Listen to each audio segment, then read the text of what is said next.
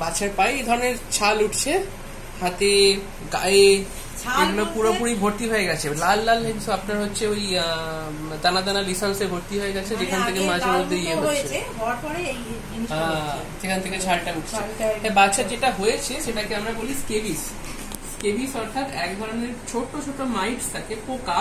সেই পোকাগুলো কিন্তু বাচ্চার স্কিনের ভিতরে ছোট ছোট যে গর্তগুলো থাকে সেই গর্তগুলোতে ঢুকে যায় এবং সেখানে গিয়ে ওরা আরো নিচের ভিতরে খনন করতে থাকে, বুঝতে পেরেছেন? তো এই ধরনের পোকা সাধারণত বাচ্চার যে কেয়ার গিভার মানে মা, বাবা, দাদা, কাকা, দাদু, দিদা এদের থেকে আসে।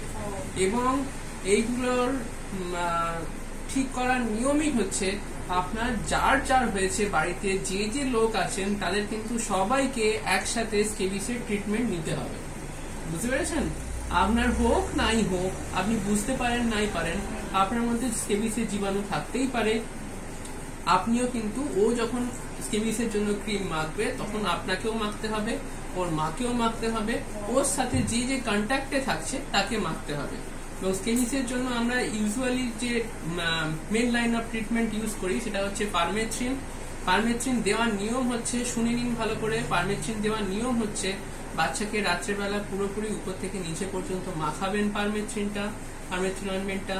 তারপরে বাচ্চা যে জামা কাপড় পরে শোবে এবং যে বিছানায় শোবে সেগুলো কিন্তু পরের দিন সকালে সব গরম জলে ধোবেন এবং বাচ্চাকে নর্মালি যেমন স্নান করান স্নান করিয়ে দেবেন, ঠিক আছে?